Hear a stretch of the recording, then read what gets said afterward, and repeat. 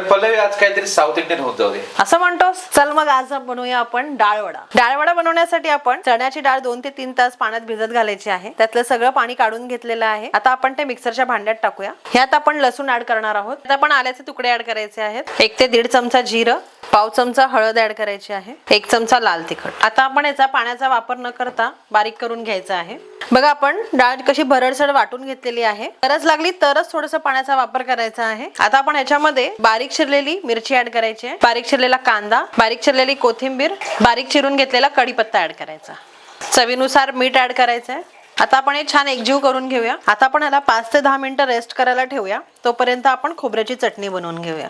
चटणीसाठी आपण अर्धी वाटी ओलं नारळ घेतलेलं आहे. त्यात आपण आल्याचे तुकडे, हिरवी मिरची, लसूण 2 ते 3 पाकळ्या, बारीक चिरलेली कोथिंबीर आणि भाजकी चण्याची डाळ घ्यायची आहे. चवीनुसार मीठ ऍड करायचं याच्यामध्ये. चला तर एका बाजूला तेल तापत ठेवायचंय. आपण हातावरती वडे थापून घेऊया. असे गोल वडे करून घ्यायचेत आणि तेलात सोडायचे. गॅस एकदम स्लो ठेवायचा आहे.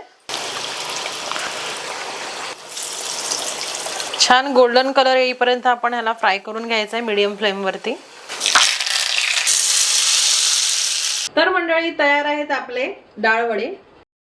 जर तुम्हाला ही व्हिडिओ आवडली असेल तर प्लीज चॅनलला लाईक, शेअर आणि सबस्क्राईब करा.